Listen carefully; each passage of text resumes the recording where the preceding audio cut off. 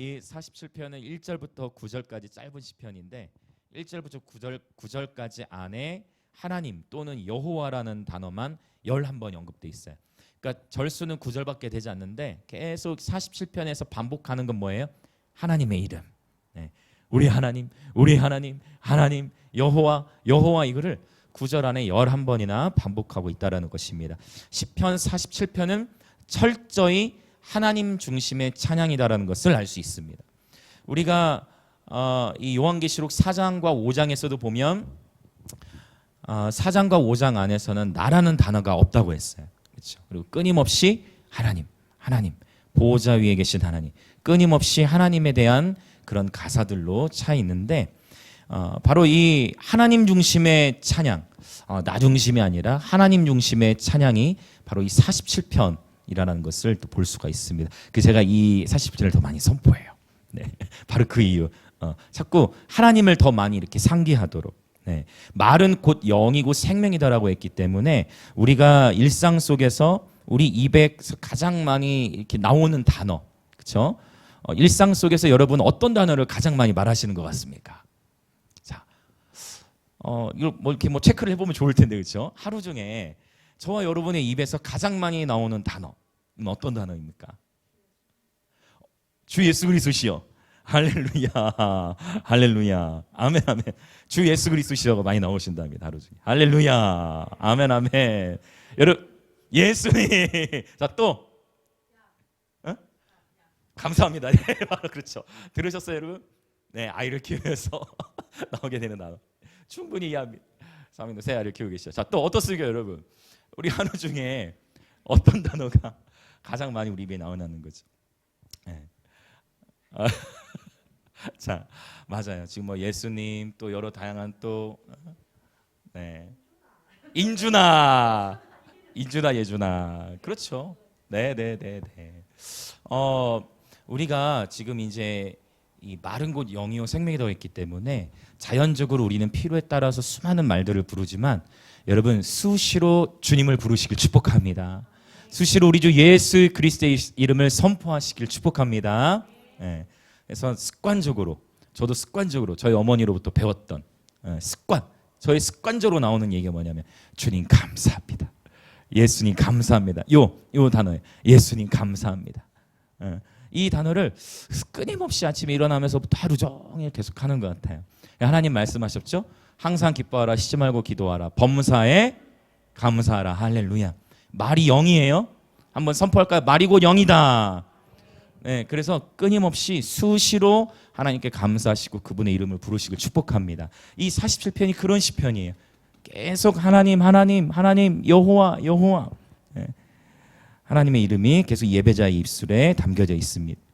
그럴 때 우리의 생각도 하나님에 대한 생각으로 계속 차게 될 줄 믿습니다. 자, 우리 1절 한번 우리 힘있게 한번 다시 선포합시다. 47편 1절 시작. 너희 만민들아 손바닥을 치고 즐거운 소리로 하나님께 외칠지어다. 아멘. 아주 찬양하라고 명령하고 있는데 이 본문에 보면 너희 만민들아, 모든 열방의 사람들아, 모든 사람들에게 자, 첫 번째 손바닥을 치고 즐거운 소리로 하나님께 외칠지어다. 보통 일반적으로 우리가 어떤 예배에 익숙하냐면 예배는 거룩하니 조용해야 돼. 거룩한 예배 시간에 떠들면 안 돼. 엄숙해야 돼. 라고 배워왔을 수 있지만 그러나 이 47편은 선언합니다. 손바닥을 치고 즐거운 소리로 하나님께 외칠지어다.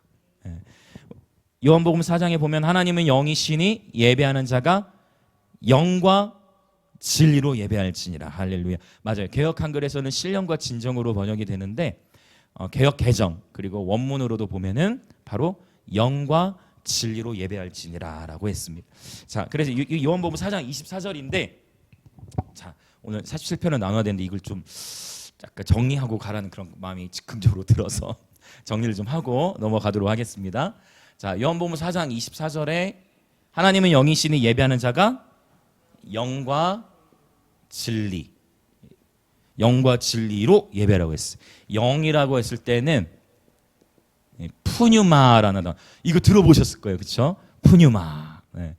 요즘에 보면 예배팀 이름 중에도 푸뉴마 뭐 이런 예배팀 이름이 있더라고요. 이 푸뉴마는 어떤 의미로 쓰이냐면은 영 또는 호흡 그리고 바람 이런 의미로 쓰여요. 그래서 히브리어로는 이 푸뉴마를 어떻게 쓰냐면 이것도 들어보셨을 거예요. 루아흐. 그래서 요즘에 보면은 젊은 세대 중에 자녀 이름을 루아로 지은 분들이 있어요. 루아. 루아흐. 헬라어로는 푸뉴마라고 해요. 그래서 영, 호흡, 바람이라는 의미로 있는데 그럼 요한복음 4장에서 예배하는 자가 영과 진리로 예배할 때는 이 의미들 중에 이제 영으로 이제 번역을 해 놓은 거예요. 그렇죠? 문맥적으로 봐도 타당하죠. 자, 그다음에 진리라고 했을 때는 알레데이아라는 단어를 써요. 알레데이아. 알레데이아. 자, 진리. 알레데이아란 어떤 의미들이 있냐면 자, 알레데이아. 거짓이 없는. 이게 원어적인 의미예요. 아가 부정어이기 때문에 거짓이 없는. 그래서 진리라는 단어를 쓸 때는 진리로 예배한다 할 때는 진리라는 것은 기본적으로 자, 요한복음 4장이죠.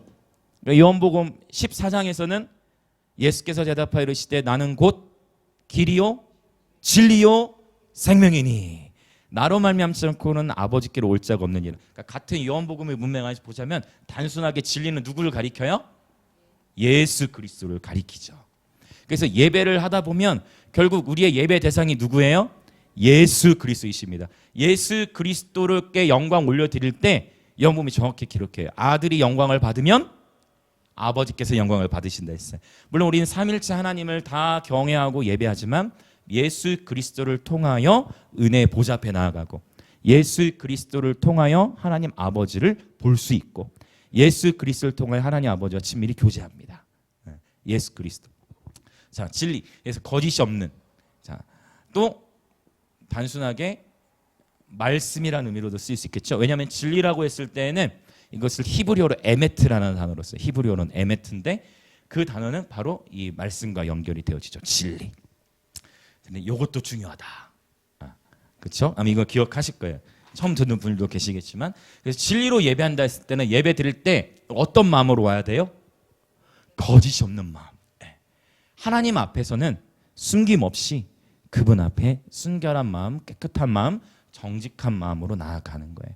이 시편에서 이런 부분들 많이 살펴봤어요. 여호와의 산에 오를 자가 누구인가 했을 때, 그렇죠? 손이 깨끗해야 되고 뜻을 허탄한 데 두지 않아야 되고 단순히 우리가 주님의 이름을 부르는 것뿐만 아니라 예배 드리는 자가 정직한 심령으로 주님 앞에 나와야 한다는 것입니다. 할렐루야. 아멘 아멘. 자, 근데 왜 지금 이거를 제가 긍정기 때문에 적었냐면 자, 영과 진리로 예배하라 했는데 이 47편 1절에 보면 손바닥 치고 즐겁게 소리치며 예배라고 했단 말이에요. 왜요?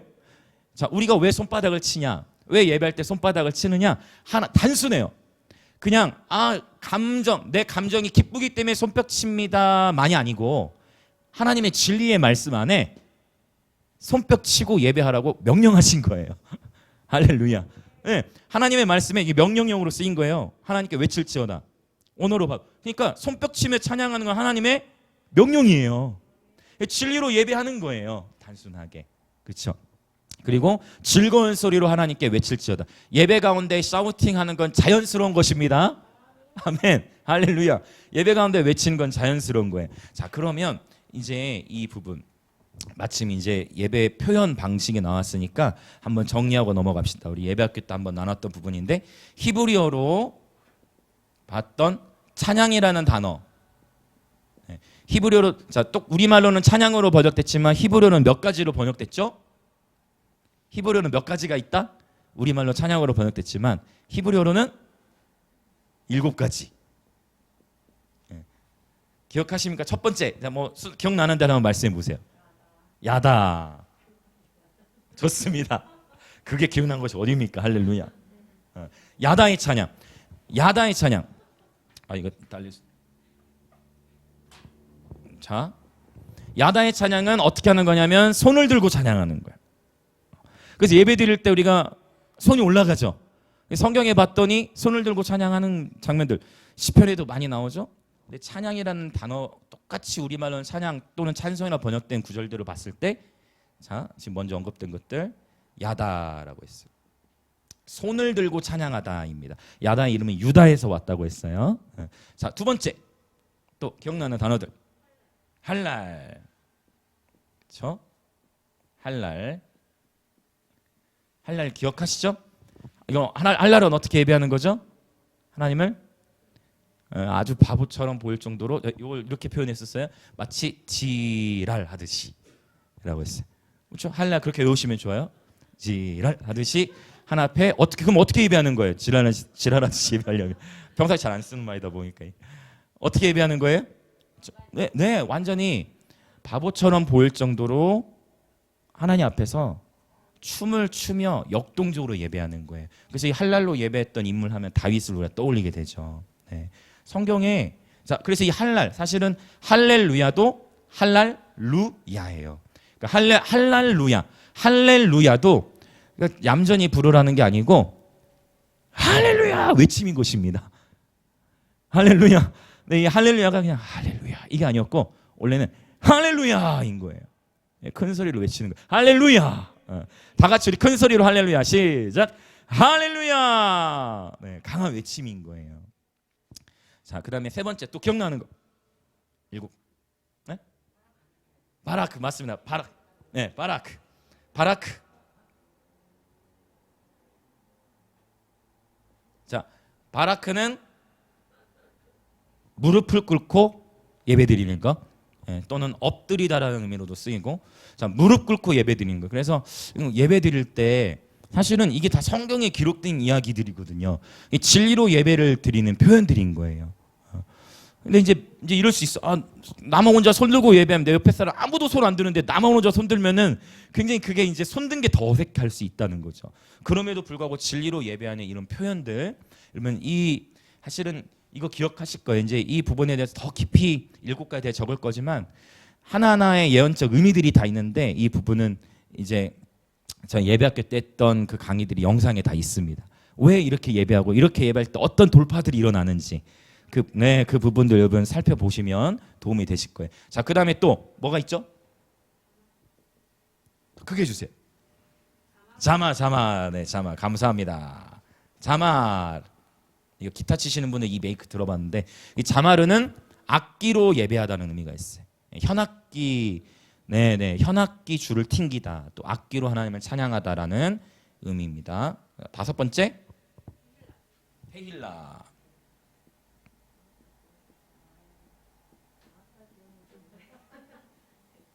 자, 테힐라. 아따는 전라도 사투리 같은데? 누가 경상도신데.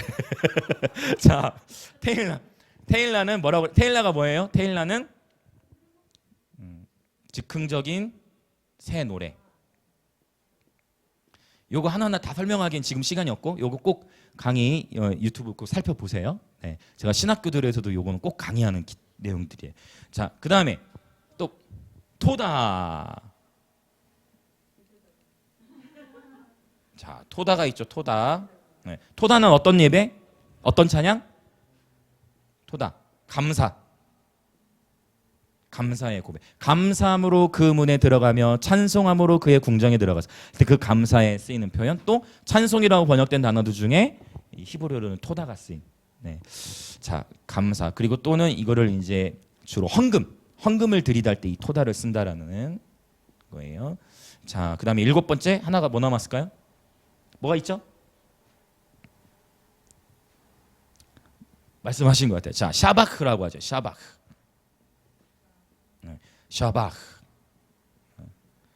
자, 이 샤바흐가 이제 오늘 본문과도 연결돼요. 샤바흐는 어떻게 찬양하는 거? 네, 외치다요. 외치는 거예요. 소리치다. 그런데 제가 오늘 또 놀란 것은 오늘 여호수아 군대를 했거든요. 그렇죠? 헤이 했죠. 혹시 요새 오늘 47편 할 줄 알았나? 몰랐죠? 할렐루야. 제가 매주 놀래요. 오늘 찬양 이 말씀 나누기 오늘 47편에 외치는 내용인데 찬양할 때 우리 헤이 할렐루야. 성령께서 오늘 예배를 지금 이 예배를 온전히 주관하신다는 거예요. 우리의 찬양과 말씀이 하나가 되어져서 지금 주님 보좌 앞에서 우리 예배드리고 있는 것입니다. 그렇죠? 미리 얘기된 게 아니잖아요. 네, 성령께서 조율시키시고 성령께서 이미 하나 되게 하셨음을 예수님의 이름으로 선포합니다. 네, 외치고 소리치는 찬양이에요. 자, 그래서 이 7가지 굉장히 하나하나 다 중요한 의미들이 있는데 나중에 꼭 더 살펴보시고, 그래서 이러한 7가지 우리말로는 찬양으로 쓰였지만 이렇게 다양하게 히브리어라는 표현을 했어요. 그래서 우리 하나님은 참 굉장히 다양한 방식으로 다양한 모습으로 찬양받기 합당하세요. 어떨 때는 막 손을 들고, 또 어떨 때는 춤을 추고, 어떨 때는 무릎을 꿇고, 어떨 때는 엎드리고, 그렇죠? 자유롭게 하나님 앞에 막 또 새 노래를 하고 나만의 노래로 막 이렇게 고백 올려드리고, 그 예배라는 것이 얼마나 하나님 앞에서 기쁘고 감사한지 몰라요. 이 예배 시간 안에 우리가 정말 다양한 방식으로 하나님을 높일 수 있다라는 거. 예. 근데 또 봤더니 또 놀라운 것은 또 하필 찬양의 표현들이 몇 가지로 나타나요? 또 7가지로 나타나. 하나님은 숫자로도 항상 말씀하시고, 그렇죠? 굉장히 재밌으시고, 굉장히 과학적이시고, 굉장히 수학적이시고, 예. 참 놀라운 창조주 하나님이십니다. 할렐루야. 자, 이렇게 7가지로 정리를 했어요. 자, 너희 만민들아 손바닥을 치고 즐거운 소리로 하나님께 외칠지어다. 굉장히 동적으로 역동적으로 하나님 예배하는 거예요. 자, 이제 2절 한번 읽어봅시다. 47편 2절. 자, 2절 읽겠습니다. 시작. 지존하신 여호와는 두려우시고 온 땅에 큰 왕이 되심이로다. 아멘. 이 2절 앞에 사실 히브리어로 빠진 단어가 있어요. 우리말로는 번역을 안 해놨어. 근데 그게 어떤 단어냐면 이제 구약 성경이니까 이 키라는 단어예요. 이게 이제 뭐냐면 요게 이제 접속사, 전치사로 쓰일 수가 있는데, 왜냐하면이라는 의미가 있어요. 왜냐하면. 그러므로 뭐뭐 때문이다. 뭐 이런 표현. 그러니까 이제 뭐 because, 영어로는 because 이런 의미인데 한국말로는 번역을 안 해놨어. 근데 2절 앞에 원문에는 이 키라는 단어가 들어가요. 그러니까 이게 뭐냐면 너희 만민들아 손바닥을 치고 즐거운 소리로 하나님께 외칠지어다. 왜냐하면 오케이, 이해되시죠? 하나님께 내가 왜 그래야 되는데 친절히 하나님 설명해 놓으신 거야. 왜 손바닥 왜 그렇게 예배해야 돼? 하나님 설명해 주신 거야. 왜? 왜냐하면 지존하신 여호와는 경외함을 받으실 만한 분이고 두려운 분이시고 온 땅에 큰 왕이 되심이로다. 할렐루야. 여기 큰 왕이다라는 표현이, 큰이 히브리어는 가돌이라는 단어를 쓰는데 이 가돌은 큰이라는 의미로도 쓰이지만 위대한이라는 의미로도 쓰여요. 그래서 온 땅에 위대한 왕이 되심이로다. 할렐루야. 우리 하나님은 지존하신 엘리온, 지극히 높으신 하나님. 우리 하나님은 지극히 높으시기 때문에 우리가 가만히 찬양할 수 없다는 거예요. 온 마음을 다해서 와 환호성을 지르고 축제하며 하나님을 찬양한다는 것입니다.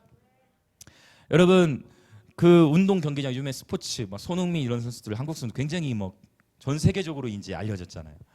여러분 축구 경기장에 가면 막 소리 지르고 난리가 나. 여러분 너무 기뻐하면 눈물 나는 거 아시죠? 너무 기쁘면 눈물 나. 여러분 그 한물면 그 축구장에서 막 골 하나 들어갔다고 막 모르는 사람끼리도 껴안고, 모르는 사람끼리도 우리 그 2002년 한일 월드컵 때도 그랬어요. 제가 그때 고3이었거든요. 생각보다 젊어요 제가. 2002년에 어머니들 계신데 죄송합니다. 2002년에 제가 고3이었는데 그때 수능 시험 봐야 되는데 그게 중요한 게 아니야. 다 경기 보러 가야죠. 그러니까 난리가 났어요. 저는 전주에 살았으니까 전주 월드컵 경기장에서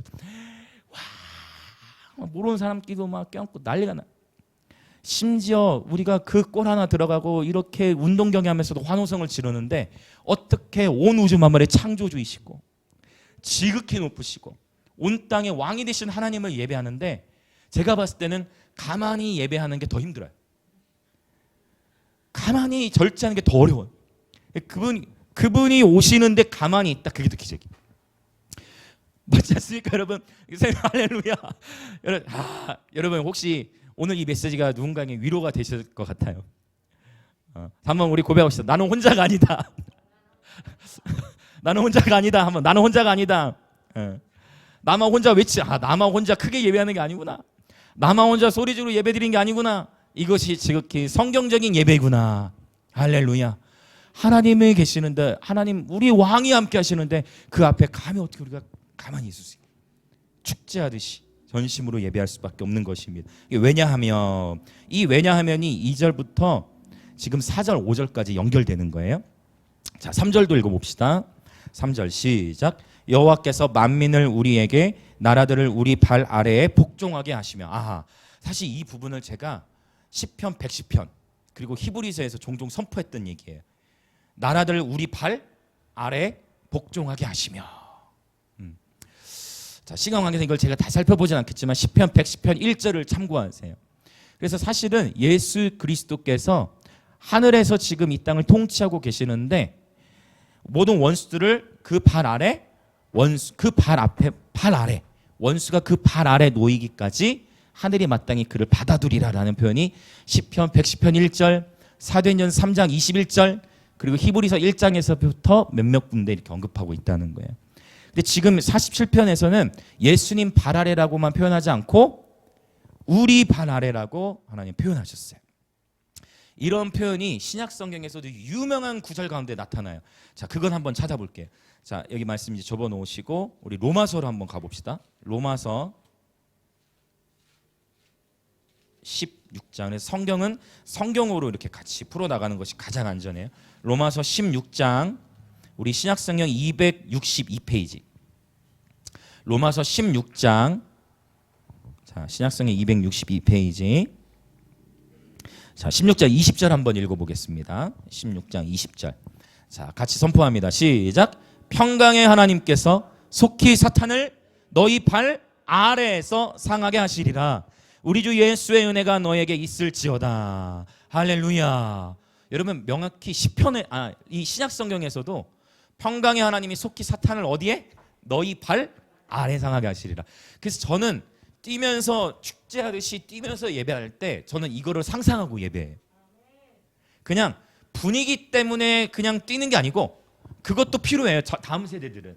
다음 세대들 특별히 신앙이 아직 깊지 않은 경우에서는 분위기로서 밀고 가면서 축제로 들어가 주면서 이렇게 마음이 열리잖아요. 근데 우리 예배자들 이미 하나님과 관계 안에 있는 자들은 우리가 춤을 추는 이유는 예수님 때문이고 우리가 뛸 때 우리 발 밑에 사탄이 상하게 되는 것을 상상하며 예배하는 것입니다. 실제로 뛰면서 우리 안 괴롭히는 근심과 걱정과 염려가 깨어짐을 예수님의 이름으로 선포합니다. 일단 기본적으로 몸이 움직여지면서 찬양할 때 생각이 모아져요. 막 근심 걱정거리들이 막 떨어져 나가는 거예요. 그래서 깊은 경배곡을 하기 전에 일반적으로 찬양곡을 먼저 하는 것입니다. 그래야 마음이 열리거든요. 물론 하나님과의 관계가 이미 열려 있는 사람은 어떤 곡을 하더라도 은혜를 받아요. 심지어 저는 봤어요. 축복송을 하는데도 그분은 경배가 돼. 그런 경우도 있어요. 무슨 의미인지 이해되시죠? 축복송을 하든 어떤 노래를 하든 그냥 주님과 이게 관계가 이미 열려져 있을 때는 어떤 노래를 하든 바로 경배가 되는데 모든 회중을 품고 갈 때는 그래서 찬양이 경배보다 먼저예요. 그래서 경배와 찬양이 아니라 원래는 찬양과 경배 흐름이 자연스러워요. 네, 이해되시죠? 자, 그래서 이 말씀들 그래서 앞으로 여러분도 이제 특별히 목요 예배 때 우리가 하나님을 다양하게 찬양할 때 여러분 정말 더 다양하게 표현하시길 축복합니다. 근데 보니까 제가 이 강의들을 한 이후에 이렇게 보면은 무릎 꿇고 막 예배 드리신 분들도 있고 네, 막 자유롭게 하는 모습 보고 너무 좋더라고. 네, 여러분 엎드려서도 예배 드려보세요. 네, 근데 엎드려서 경배하다가 가끔 이렇게 코 고는 분들 제가 봤어요. 가끔 봤어요. 괜찮아요, 여러분. 괜찮습니다. 네, 괜찮습니다. 다양한 방식으로 하나님께서 이제 성령께서 이끄시는 대로 자유롭게 표현하면 우리 적어도 이 목요 예배만큼은 이 시간만큼은 사람 눈치 보는 시간이 아니에요. 할렐루야. 이 시간만큼은 사람 눈치가 아니라 우리 주님의 눈치를 보는 예배. 우리 주님의 눈은 우리 주님의 마음을 수종드는 예배가 되길 원합니다. 아멘. 여호와께서 만민을 우리에게 나라들을 우리 발 아래에 복종하게 하시며 하나님의 통치를 지금 선포하고 있는 건데요. 여기서 말하는 만민과 나라들은 문맥적으로 보면 이스라엘 외에 이방의 나라들을 의미하지만 시편 149편이나 이런 본문들에 보면 149편 6절부터 8절에 보면 그들의 입에는 하나님에 대한 찬양이 있고 그들의 손에는 두 날 가진 칼이 있도다. 이곳으로 뭇 나라에 보수하고 민족들을 벌하며 그들의 왕들은 사슬로 그들의 귀인은 철고랑으로 결박하고 여기 말하는 뭇 나라 또 귀인들 왕들은 이것을 예전에 제가 한번 잠깐 설명드린 적이 있지만 에베소서 6장 12절에 나오는 우리의 씨름은 혈과 육이 아니요 정사와 권세 그리고 어둠의 주관자들 하늘에는 악의 영들 이 네 개의 계급과 연결되어져요. 그래서 여기서 말하는 나라를 그냥 이방의 나라들로만 볼 수도 있지만 그러나 보다 좀 더 큰 문맥 안에서 보자면 바로 사탄의 나라를 의미한다고 볼 수 있습니다. 자, 그래서 원수의 나라가 우리 발 아래 복종하게 하실 하나님을 찬양합니다. 네, 할렐루야, 할렐루야. 자, 4절 우리 읽어볼까요? 4절 시작. 우리를 위하여 기업을 택하시나니 곧 사랑하신 야곱의 영화로다. 여기 기업이라는 단어는 inheritance, 즉 유산을 의미합니다. 히브리어는 나할라라는 단어는 굉장히 신학적으로 중요한 단어인데 유업, 네, 이해되시죠? 또는 상속, 유업. 하나님께서 여러분 저와 여러분을 향해 주실 믿음의 유업들이 있어요. 유업이 있어요. 자, 그런데 자, 기업을 택하시나니 곧 사랑하신 야곱의 영화로다 셀라라고 표현을 했는데 야곱의 영화라고 표현을 했어요. 자, 하나님께서 아브라함에게 창세기 12장에서 보면 너는 본토지 친척 너의 아비 집을 떠나라 해가지고 하나님께서 아브라함에게 네 자손이 하늘의 별과 같고 땅의 바닷가에 모래와 같게 할 것이다 하면서 크게 번성케 할 것이다 라는 약속의 말씀을 주셨어요. 그런데 가나안 땅을 분배할 때 보면 이제 시간이 충분히 흐른 거예요. 그래서 가나안 땅을 분배할 때는 아브라함의 이름으로 분배하지 않았어요. 이삭의 이름으로도 분배하지 않았어요. 가나안 땅은 분배를 어떻게 했습니까? 12지파로 분배한 거예요. 그러면 12지파의 그 12지파의 이름은 누구의 아들들이에요? 야곱의 아들들이잖아요. 맞죠? 그러니까 하나님은 아브라함에게 약속을 주셨는데 그 약속이 아브라함, 이삭 그리고 야곱. 그리고 야곱으로부터 12아들이 태어나서 그때의 땅을 실제 분배하게 된 거예요. 그러니까 아브라함도 당대의 큰 축복을 받긴 받았지만 그러나 그 아브라함으로부터 해서 이삭으로부터 해서 야곱으로 그리고 12지파를 통해 이제 그 축복이 쫙 풀어져 나온 거예요. 할렐루야. 아들을 12명 낳은 건데 열방 선교교회 목사님께서 자녀가 5명이시더라고. 네. 할렐루야. 은혜가 넘치더라고. 그래서 일단 자녀를 여러분 많이 낳으시길 축복합니다. 우리 다음 세대. 네. 자, 해밀이도 4명 난다고 했으니까 요셉이랑 철진이도 앞으로 네, 많은 계획을 생육하고 번성하라. 지난 거리 예배 때 만난 우크라이나 전도사님 아이가 1명이시더라고. 그래서 제가 그랬어요. 전도사님 생육하고 번성해야죠.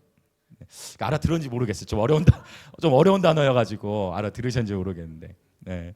자, 그래서 여러분 이 12지파 바로 야곱의 12아들을 통해서 그 유업을 실제로 분배하게 되는 것입니다. 그러니까 여러분 사실은 우리가 인생을 살아가면서 하나님께서 여러분 개인들에게 다 수많은 약속의 말씀들을 주셨을 건데 하나님께서 어떠한 약속들은 이렇게 이 대를 이어서 그러니까 아브라함, 이삭, 야곱 그 이후에 이제 이 유업이 실제 성취가 되어진 거잖아요. 그래서 하나님의 약속의 말씀이 이루어지기까지는 시간이 필요해요. 우리는 항상 촉박해. 우리는 항상 초조해. 하나님 도대체 내 인생 언제 풀어주실 거예요? 하나님 도대체 내 삶 언제 풀어주실 거예요? 하나님 분명히 약속의 말씀 내주시죠. 하나님 도대체 내 인생은 언제 풀립니까? 하나님 도대체 내 인생 언제 훈련이 끝납니까? 내 인생 언제 연단이 끝납니까? 우리는 계속 그 질문을 갖는데 히브리서에서의 말하는 관점에서 보자면 아브라함이 약속하신 것을 받기까지 75세 떠나가지고 100세 이상 낳고 그 이삭 그거 번제 드리는 테스트 통과하고 이제야 네가 나를 경외하는 줄 알겠다 하고 복이 왔으니까 아브라함의 삶의 축복이 풀어지기까지 40년이 걸렸던 거예요. 사실 이 땅의 유업 분배하기까지는 수많은 시간이 더 흘러야 했던 것입니다. 그러나 여러분 기억하세요. 하나님 명백히 출애굽기 20장에 약속하신 말씀. 나를 사랑하는 자, 곧 내 계명을 지키는 자에게는 1000대까지 은혜를 베푸리라. 할렐루야. 하나님이 나를 미워하는 자의 죄를 갚되 아버지로부터 3,4대의 죄를 말씀하셨지만 그러나 바로 그 같은 절 안에서 하나님의 말씀 나를 사랑하고 내 계명을 지키는 자에게는 1000대까지 은혜를 베푼다 말씀하셨어요. 그러면 내가 일단 돌이키고 회개해서 할렐루야. 내가 먼저 돌이키고 회개해서 사실 믿음의 1대이신 분들 많죠? 이 자리에. 그 감독님 얘기 듣고 우리가 굉장히 놀랐잖아요. 양쪽으로 5대. 네, 그 얘기 듣고 제가 굉장히 놀랐는데 여러분 이 자리에 1대도 계시잖아요. 그럼 여러분으로부터 태어나는 자녀 세대 계속 믿음이 전수되는 놀라운 축복이 여러분으로부터 시작되는 것입니다. 주님께서 말씀하셔서 1000대까지 은혜를 베푸리라. 아담으로부터 해서 지금까지 1000대가 안 됐어요. 아담으로부터 시작해서 지금까지 여러분 1000대가 되질 않아요. 여러분 이 약속의 말씀을 취하십시오. 그래서 아하 사랑하신 야곱의 영화로다. 이 분배 아브라함이 주던 약속이 야곱의 때에 성취되어진 것을 볼 수 있어요. 그래서 우리는 기억해야 돼. 하나님께서 한 개인을 다루시는 이 하나님의 통치 방식, 또 온 열방을 다루신 그분의 통치 방식은 우리의 생각과 우리의 경험으로는 이해할 수가 없어요. 때로 하나님께서 요셉을 감옥에 그 정치범 수용소로 가두셨을 때 그것은 세상의 모든 사람들이 봤을 때 요셉의 삶은 끝났다라고 얘기했지만 하나님의 입장에서는 승진이었습니다. 할렐루야. 그래서 혹시 여러분 가운데 정말 깊은 수렁, 내 삶에 지금 치열한 영적 전쟁이 있다? 여러분 어둠이 지나고 우리 지난주에 나눴죠? 새벽에 하나님이 나타나 도우시리로다. 이제 짙은 어둠이 여러분 짙은 어둠을 통과하고 계시다면 이제 곧 동이 터오는 것입니다. 끝까지 하나님을 붙드시길 축복합니다. 지금 영적 전쟁이 치열하다. 아하 이제 하나님 내 삶에 보실 은혜가 큰 때가 다가오고 있구나 하고 하나님을 신뢰하십시오. 하나님을 더욱 붙드시는 저 여러분 되기를 원합니다. 아멘 아멘. 자 이제 5절 읽어봅시다. 5절 47편 5절 시작. 하나님께서 즐거운 함성 중에 올라가시며 여호와께서 나팔 소리 중에 올라가시도다. 할렐루야. 여러분 하나님 원래 어디 계시는 거예요? 여기서 이제 아이러니해. 이건 무조건 제가 유리해요. 하나님이 어디 계셔야 돼요? 여러분 하나님 어디 계셔야 되는 거예요? 무서부재. 하나님 여기 안에도 계시고 또 하늘에도 계시고 옆에도 계시고 뒤에도 계시고. 하나님은 어디에나 계시죠. 하나님은 그리고 하늘에 계시다는 거. 하늘에 계시고 땅에도 계시고. 사실은 우리 인간의 입장에서는 하늘에 있느냐 땅에 있느냐 이 개념이 이해가 잘 안 돼요. 그러니까 그분의 입장에서는 모든 것이 그분의 땅이고 모든 것이 그분 안에 있고 그분은 말씀으로 온 우주 만물을 창조하셨고. 근데 흥미로운 것은 일단 이 문맥 안으로 들어가 보자면 문맥 안에서 이제 보자면 하나님께서 즐거운 함성 중에 올라가심이라고 했다면 일단 이 본문 안에서 보자면 그러면 지금 현재 어디 계시다는 거예요. 그렇죠. 이 본문에서는 그걸 얘기하는 거예요. 지금 하나님께서 우리와 함께 계시는 거예요. 왜냐?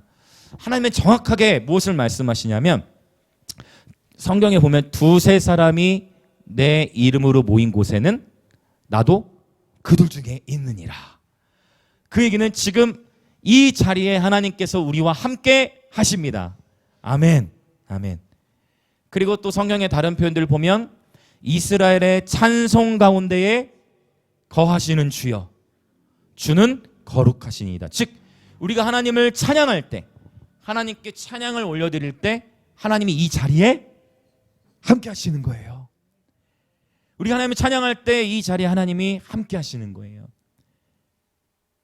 그런데 우리가 하나님이 함께 하심에도 불구하고 마치 하나님이 함께 하지 않으신 것처럼 예배드릴 때가 많아요. 정말 우리 눈에, 정말 저와 여러분의 눈에 지금 이 순간 정말 저와 여러분의 눈에 예수님이 지금 이 자리에 계시면 본다. 그러면 우리가 절대 지금처럼 예배드리지 못할 거예요. 맞죠? 정말 예수님이 이 자리에 계신 것처럼 정말 예수님을 본다. 그러면 절대 이렇게 예배드리지 못할 거예요. 저는 도전합니다.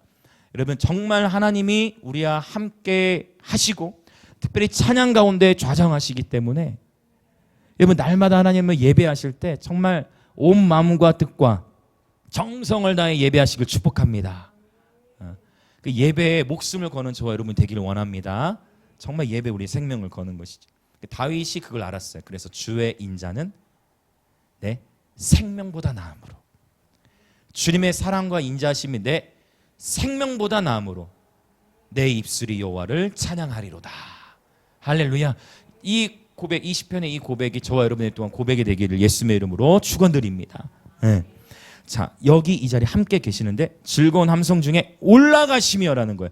그래서 어느 타이밍에 올라가신다 표현했냐면 즐거운 함성 중에라고 했어요. 그 예배 가운데에서 이 외침은 강한 진동을 일으켜요. 오늘 여호수아 군대 찬양도 했는데 여리고 성벽이 무너진 건 어떻게 무너졌어요? 수백만 명의 이스라엘 사람들이 여리고 성을 몇 바퀴 돌았습니까? 6일 동안 하루 한 바퀴씩 돌고 마지막 7째 날 7바퀴를 돌아서 전체 13바퀴를 마지막 바퀴를 돌면서 외칠 때 그 여리고 성벽이 무너져 내렸다는 거예요. 초자연적으로 성령께서 역사하셨지만 또한 과학적으로도 수백만 명의 사람들이 소리는 진동을 통해 우리는 듣게 돼요. 수백만 명이 일제히 으아 하면서 하나님께서 그걸 무너뜨리셨지만 그 소리를 사용하신 거예요. 할렐루야. 소리는 진동을 일으켜요. 그래서 우퍼도 다 갖다 놓고 저희가 막 시끄럽게 예배 드리죠. 그런 소리들이 우리 몸 안에 반응을 일으키는 거예요. 깨우는 거예요. 다음 세대들도 깨우기 위해서 우리 준비하는 거예요. 음악. 하나님께서 즐거운 함성 중에 올라가시며라고 했는데 이제 흥미로운 것은 뭐냐면 이 올라간다라는 단어예요. 이 단어를 예전에 시편 24편에서 제가 한번 설명을 드린 적이 있는데 기억 못 하실 것 같아요. 제가 다시 설명을 드리려고 합니다.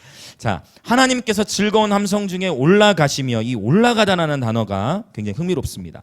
올라가다라는 단어는 알라라는 단어를 써요. 그 자칫 그 이슬람 이렇게 말하신 그런 느낌이 있는데 이 알라라는 단어를 쓰는데 자, 이게 이제 올라가다라는 의미가 있고, 근데 이 알라라는 단어를, 이건 동사죠. 올라, 자음은 똑같아. 근데 이 알라, 올라가다는 단어를 명사로 쓰게 되면 이 단어가 어떤 의미인지 혹시 기억하는 분 계세요? 올라. 자, 올라가 번제라는 단어로 써요. 그래서 여러분이 성경에서 레위기라든지 창세기 뭐 이런 데 번제라는 단어 나오죠. 특별히 레위기에 번제라는 단어를 찾아보시니 올라로 나와요. 자음은 똑같아. 몸이 미치고 똑같아. 근데 원래 하나님께서 이 성경을 기록하실 때 자음으로만 기록이 됐어요. 모음은 학자들이 붙인 거예요. 곧 이후에 학자들이.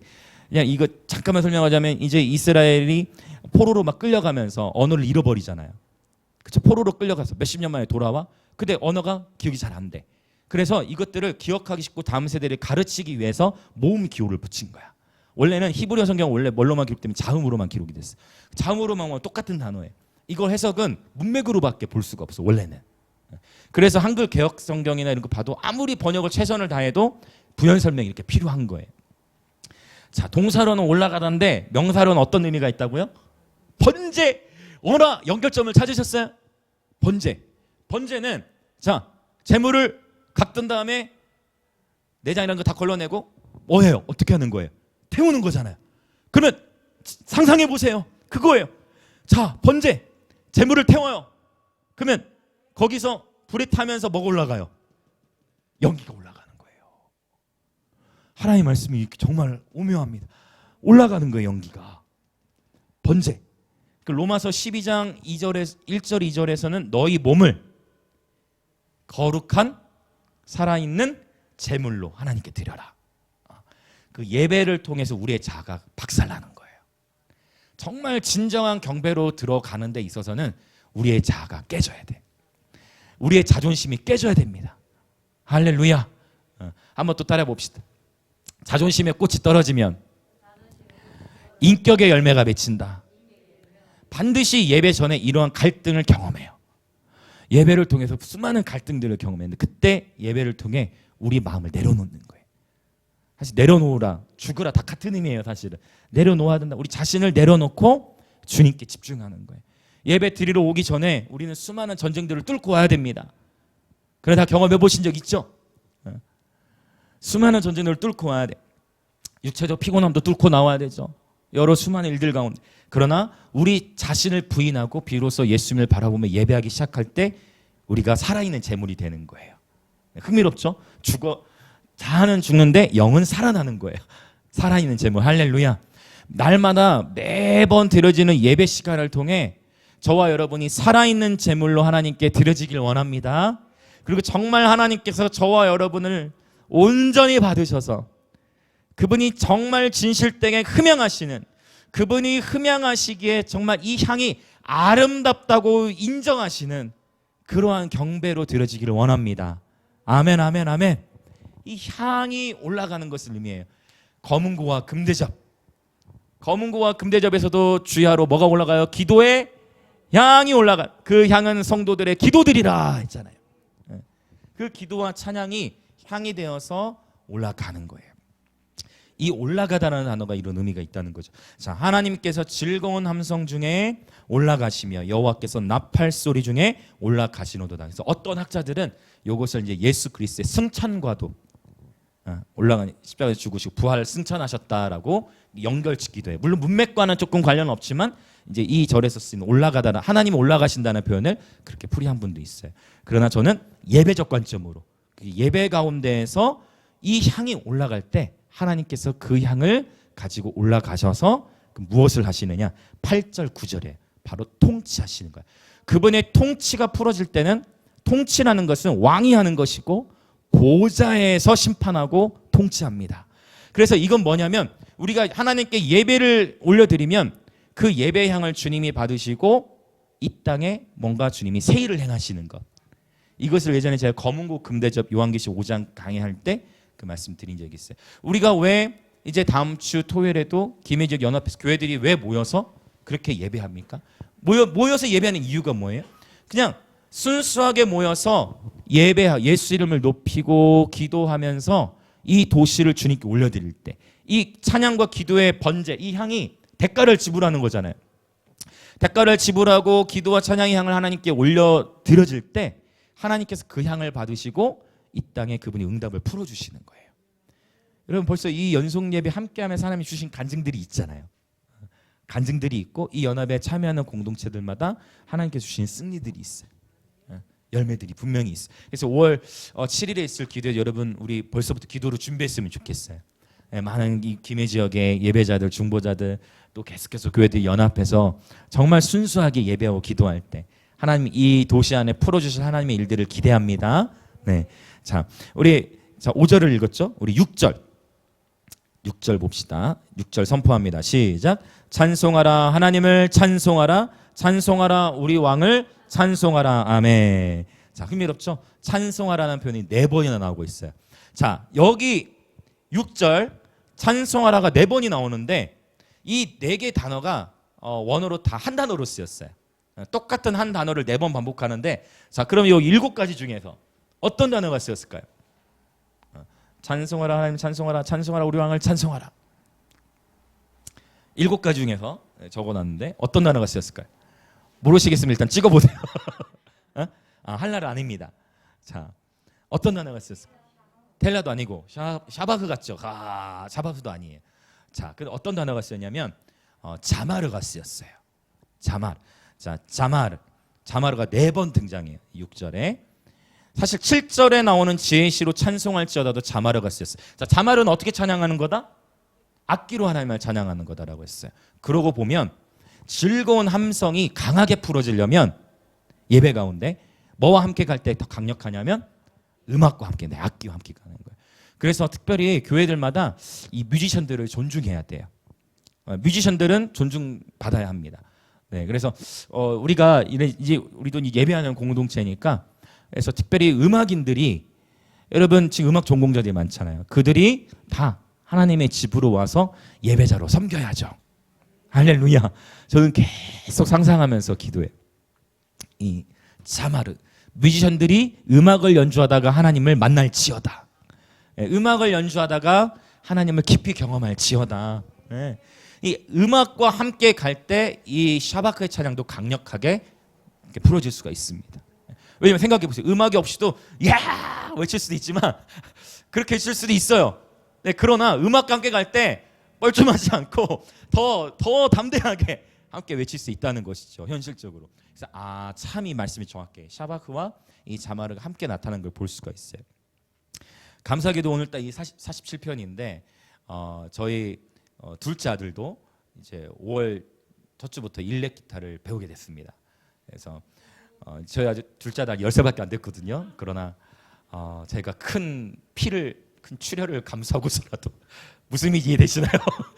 큰 출혈을 감수하고서라도 이렇게 마침 좋은 선생님을 이렇게 만나게 되어져 가지고 일주일에 한 번씩 레슨 수요일에 하는데 시작합니다. 네, 왜냐하면 이거 하려고 공교하게 숙련되게 준비하려고. 네, 자기도 원하고 자기 원하니까 더 좋죠. 네, 그래서 큰 출혈을 감수하고 저희가 저희 둘째 아들도 여기 이제 시작하기로 했어요. 준비하는 것이죠. 자말, 악기로 하나님을 찬양하도록. 자, 7절 읽어보겠습니다. 시작. 하나님은 온 땅의 왕이심이라 지혜의 시로 찬송할지어다. 할렐루야. 자, 여기 사실 이 7절 앞에도, 자, 이것도 중요해요. 7절 앞에도 똑같이 이 키라는 단어, 아까 이 키라는 단어가 2절 앞에 있다고 그랬어요. 그리고 이 7절 앞에, 그러니까 너희는 악기를 연주하면서 찬양해라. 너희 악기 연주해라. 하나 이런 거예요. 쉽게 얘기하면 악기 연주해라, 악기 연주해라, 악기 연주해라, 악기 연주해라. 이해되세요? 하나님의 의도는 그거예요. 너 악기로 예배해라, 너 악기로 예배해라, 악기로 예배해라, 악기로 예배해라. 몇 번 얘기한 거예요? 4번을. 악기로 예배해라, 악기로 예배해라, 악기로 예배해라, 악기로 예배해라. 그래서 맞잖아요. 그렇죠? 네, 그리고 악기로 예배하라고 계속 하나님이 예배. 아니 왜 그래야 되는데요? 이렇게 되는 거야. 키 이해되시죠? 7절. 왜 그래야 되는데요? 하나님은 온 땅의 왕이시기 때문에 너는 악기로 예배해라. 자, 지혜의 시로, 여기 또 찬송하라, 지혜의 시로 연주하라, 이런 의미가 되는데, 이게 이제 번역이 지혜의 시라는 단어가 히브리어 안에서는 마스길로 쓰였어요. 마스길 들어본 적 있을 거예요. 시편의 어떤 부제들 가운데에 마스길이라는 표현이 있어. 그래서 이 마스길, 사실은 원어로는 샤칼이라는 단어를 썼는데, 이건 어떤 의미가 있냐면 지혜롭게 하다, 능숙하게 하다, 숙련되다라는 그런 의미가 있어요. 그래서 이 의미는 사실은 문맥적으로 보면 어떻게 해석이 되어지냐면, 자, 지혜시로 찬송할지어다는 훌륭한 곡조로 예배해라, 아름다운 선율로 연주하며 예배하라, 이런 의미가 되는 거예요. 네, 이거 제가 이제 원어적으로 지금 풀어드린 거예요.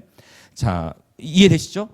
하나님 계속 우리에게 악기로 연주해라, 악기로 예배해라, 악기로 예배해라 4번 말씀하셔서, 자, 물론 우리에게 주어진 최고의 악기가 있습니다. 손뼉 치는 것도 아주 최고의 악기. 그냥 누구나 할 수 있는 손뼉 치면서 큰 샤우팅. 그러나 또한 구체적으로 또 이 자말, 악기도 여러분 배우는 것도 의미가 있어요. 천국에서도 봤더니 요한계시록 예배에서도 악기로 하면 다 예배하잖아요. 그렇죠? 검은고가 요한계시록에 등장하고 있다는 거. 자, 훌륭한 곡조 아름다운 선율로 찬양하며 예배할지어다.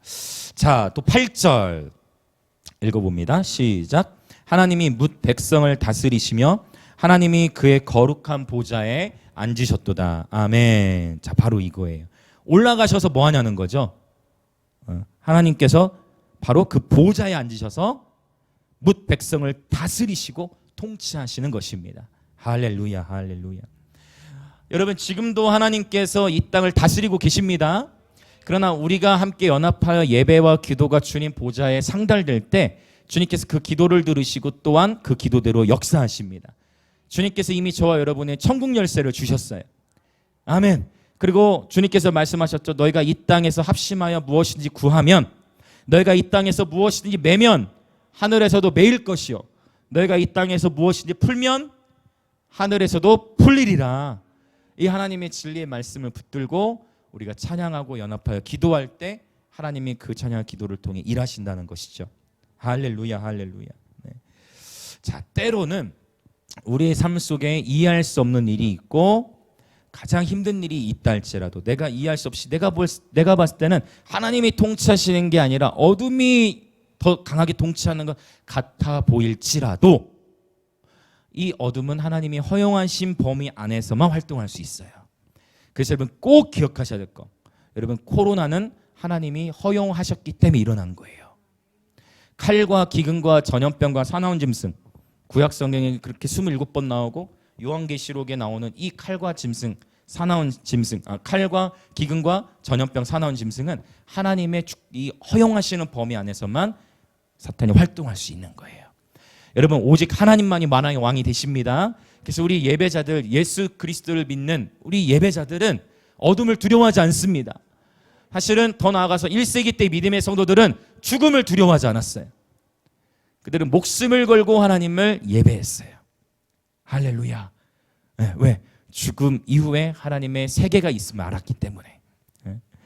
죽음보다 하나님을 더 경외하는 저와 여러분이 되기를 원합니다. 할렐루야, 할렐루야.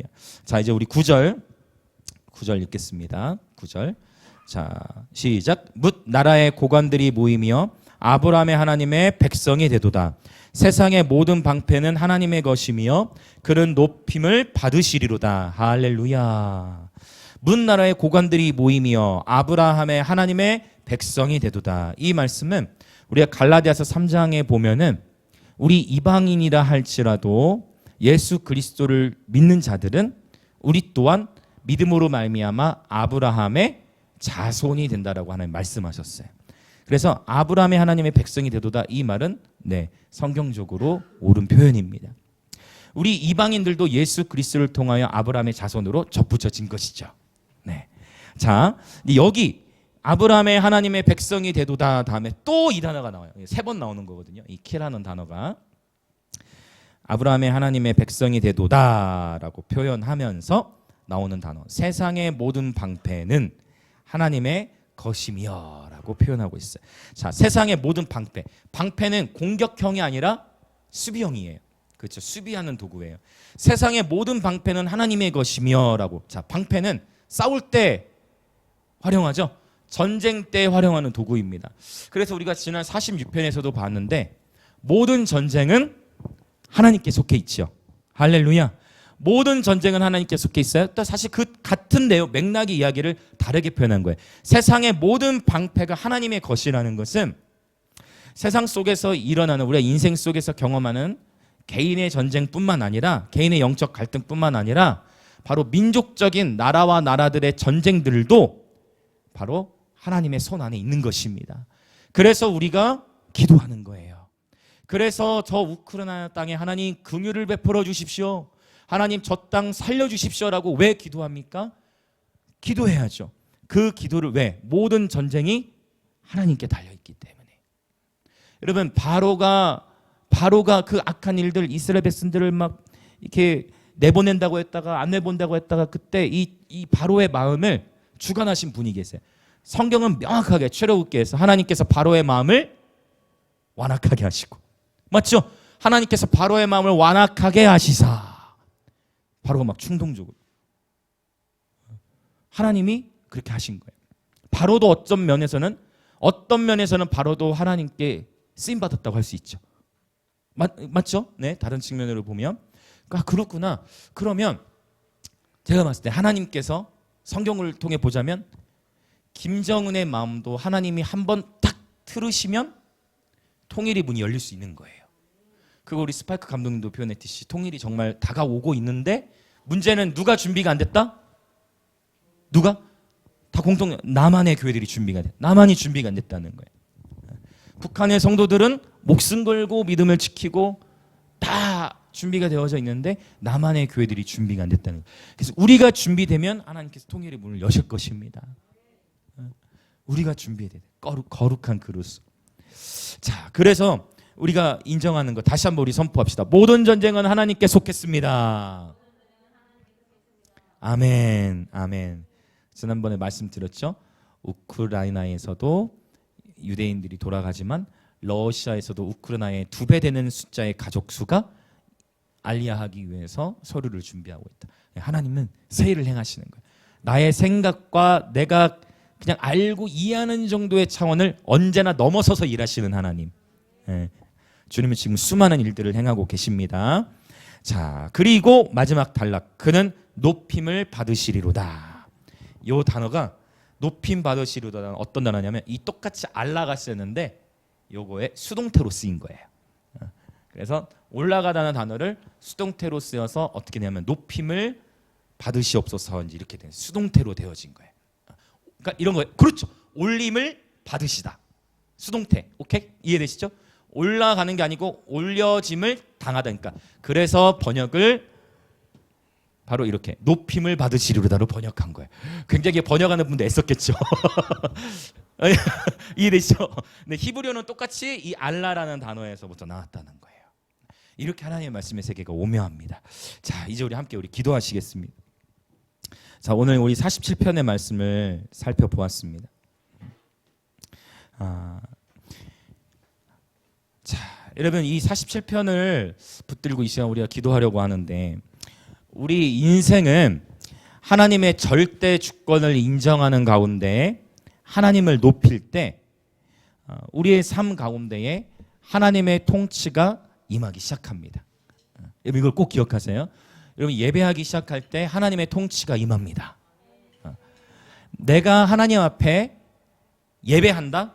그러면 내 삶의 무게, 아픔들을 뚫고 내 삶 속에 있는 수많은 환경의 무게, 아픔들을 극복하면서 예배 자리 나오는 것 자체가 나를 태우는 거예요. 이 희생, 하나님 앞에 대가를 지불하고 주님을 보기 위하여 나오는 이 발걸음이 대가 지불이에요. 여러분 이 목요일 이 시간은 여러분 의무적인 시간 아니잖아요. 여러분 안 오셔도 되는 거잖아요. 그러나 이 자리에 우리가 모인 이유는 대가를 지불하고 그냥 집에서 TV 보고 있을 수도 있고 또 다른 일들 해야 될 수많은 일들이 있을 수 있는데 이 자리에 모인 이유는 바로 이 희생이에요. 이 시간을 하나님께 드리겠다는 희생. 저 여러분이 이 희생 때문에 여기 모인 거잖아요. 그렇죠? 근데 하나님은 정확하세요. 저와 여러분이 하나님 앞에 이렇게 순전하게 대가를 지불하고 예배할 때 이 향을 받으시고 주님께서 보좌에 앉으셔서 그 예배자의 삶을 통치하기 시작하시는 거예요. 이 예배자의 삶에 하나님의 다스림을 경험하는 거예요. 이걸 개인으로도 적용할 수 있지만 가정 그리고 도시로도 적용이 돼요. 어떠한 도시가 순수하게 대가를 지불하고 예수님을 높이기 시작할 때 그 도시 가운데에 하나님의 통치가 임하는 것입니다. 어떤 한 나라가 이 한 개인들이 모였, 그렇죠? 한 개인의 예배자들이 희생의 제사를 하나님 앞에 드리기 시작할 때 그 나라 전체 하나님의 통치하심을 받기 시작하는 것입니다. 여러분 우간다라는 나라는 이걸 제가 종종 얘기하는데 우간다라는 나라는 원래 에이즈로 2020년에 없어질 예정이었어요. 1980년대 90년대까지만 해도. 그러나 그 에이즈로 나라가 정말 없어질 것이라고 WTO입니까? WHO인가? 그 세계보건기구에서는 우간다가 이제 멸망할 것이다로 내다봤었는데 우간다에서 이름도 빛도 없는 목사님들, 종들이 곳곳에서 강가에 모여가지고 여기저기 곳곳에 삼삼오 모여가지고 회개하기 시작했어요. 그냥 단순하게, 여러분 단순한 게 중요해. 재지 말고 할렐루야. 예배자들은 기회를 따라 움직이는 게 아니라 어린 양이 어디로 인도하든지 따라가는 자들입니다. 단순하게 모여서 회개하고 기도하고 나라를 위해 울부짖은 거예요. 역대하 7장 14절에 원리가 임한 거예요. 주 이름을 일컫는 주의 백성들이 모여서 스스로 악한 길에서 떠나 스스로 겸비하여 회개하며 주의 얼굴을 구할 때 하나님께서 그 땅을 고치신 거예요. 실제 우간다에 하나님 부흥을 허락하셔서 그 이후에 2000년대 들어오면서 놀라운 일이 일어난 거야. 범죄율이 떨어지기 시작해. 병원들이 비기 시작해. 고위 관료들이 하나님을 믿기 시작해. 그래서 우간다는 복음화율이 높아요 지금. 그래서 조금 한국의 입장에서는 자존심 상할 일일 수 있는데 2010년 넘어가면서 원래 그 전까지는 여러분 데이빗 조 하면은 알려져서 조용희 목사님 전 세계로 항상 1970, 80, 90년, 2000년 초반까지 전 세계로 한국의 강사 조용희 목사님 전 세계로 모르는 사람이 없었어요. 근데 2010년 이후에 이제 어떤 의미냐면 우간다의 목사님들이 한국에 와서 집회를 강사로 뛰더라고. 그 우간다 목사님들이 왔을 때 제가 또 예배인들 이렇게 섬기고 했거든요. 우리 철저히 헤매도 같이 섬긴 적도 있고. 근데 한 목사님이 뭐라고 간증하냐면 그 이름이 뭐였지? 제임스였나? 제임스 어떤 한 목사님이 간증을 하는데 기도 훈련을 막 시켰대요. 산기도 기도하고 계속 훈련시켜 기도하고 왔는데 얼굴에 빛이 안 난다? 다시 올려보냈대. 기도하는데 얼굴에 빛이 없어 다 내려오지 못하게 올려보내. 그런데 그런 훈련들을 통과하면서 한 번은 이분이 간증을 하는데 바로 앞에서 들었어요. 사고로 인해서 발이 이렇게 잘려진 사람이 있는데 기도하고 간절히 기도했는데 그분이 기도했을 때 발이 다시 길어져서 그런 치유의 기적을 주시면서 그 마을에 부흥이 터진 거죠. 하나님에게는 능히 하지 못할 일이 없으세요. 여러분 온 우주 만물을 창조하신 하나님께서 할렐루야 온 우주 만물을 창조하신 하나님이십니다. 저와 여러분이 겪고 있는 갈등과 어려움 하나님 다 알고 계시죠. 우리가 할 일은 뭐냐면 먼저 우리 개인의 하늘이 막혀 있으면 안 돼요. 할렐루야. 여러분, 우리 개인의 하늘이 막혀 있으면 안 된다는 게 뭐예요? 어둠의 영은 끊임없이 우리가 예배자가 되는 걸 방해한단 말이에요. 기도하지 못하게 막 계속. 그럴수록 더 기도하고 더 함께 중보기도도 요청하고 함께 싸우는 것입니다. 그래서 그러한 개인들이 모이고 또 교회들이 함께 연합할 때 정말 도시가 변하고 나라가 변화되는 거예요. 그 우간다가 그걸 본 거예요. 역전이 일어났어. 우간다 목사님들이 강사로 들어. 이제 다시 한번 하나님께서 스파이크 감독님의 표현대로 하면 하나님께 우리에게 기회를 주신다고 했잖아요. 근데 얼마 남지 않았다고 표현했듯이 여러분, 바로 지금이 우리 하나님을 찾을 때입니다. 바로 지금이 하나님의 말씀으로 돌아갈 때이고 먼저 주의 나라와 주의 의를 구할 때인 것입니다. 여러분 기억하십시오. 저와 여러분 한 사람이 하나님 찾으시는 대가를 치른 예배자가 될 때 하나님의 통치가 내 삶에 임하고 우리의 가정에 임함을 예수님의 이름으로 선포합니다. 이 시간 먼저 기도할 때 하나님, 그렇습니다. 나는 하나님을 예배하는 예배자로 살아가겠습니다. 어떠한 상황 속에서도 나를 하나님 부르신 곳에서 예배함으로 대가를 지불하고 주님의 예배할 때 주님 하늘의 문을 활짝 여시고 나의 삶을 다스려 주시옵소서. 그렇게 주여 외치며 기도합시다. 주여. 할렐루야. 여러분, 우리 하나님을 신뢰합시다. 여러분, 우리 하나님을 온전히 의지합시다. 하나님은 오늘 이 시간 여러분의 찬양과 오늘 이 시간 여러분의 마음을 받고 계십니다. 대가를 지불하고 수많은 해야 할 일들을 뒤로하고 여러분은 주님을 사모하기에, 여러분은 우리 예수님을 사모하기에, 여러분은 주님을 위하여 오늘 제단을 쌓으러 이 자리에 나오신 것입니다. 수많은 해야 할 일들과 수많은 아픔과 갈등을 뚫고 여러분은 여러분의 삶을 살아있는 제물로 드리기 위하여 오늘 이 시간 이 자리에 나오셨습니다. 여러분, 하나님을 기대하십시오. 하나님을 기대하십시오. 저와 여러분의 삶은 하나님의 통치 안에 있습니다. 저와 여러분의 삶은 하나님의 통치 안에 있습니다. 하나님의 통치하심을 받고 있습니다. 주가 일하십니다. 주가 일하십니다. 여러분의 임재를 향한 대가집을, 여러분의 그 예배를 향한 대가집을, 여러분의 그 임재를 향한 대가집을, 여러분의 그 주님의 얼굴을 향한 대가집을 하나님이 아세요. 여러분의 그 임재를 향한 대가집을 주님이 받으세요. 여러분의 그 임재를 향한 대가집을 주님께서 받으시고 주님께서 저와 여러분의 삶을 통치하십니다. 하나님을 기대합시다. 범사의 하나님을 인정합시다. 범사의 하나님을 신뢰합시다. 범사의 하나님께 감사하십시오. 할렐루야. 할렐루야.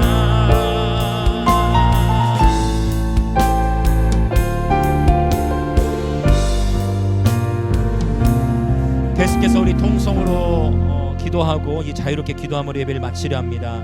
하나님, 이 도시에서 순수하게 하나님만을 높이는 예배자들이 일어나게 하여 주시옵소서.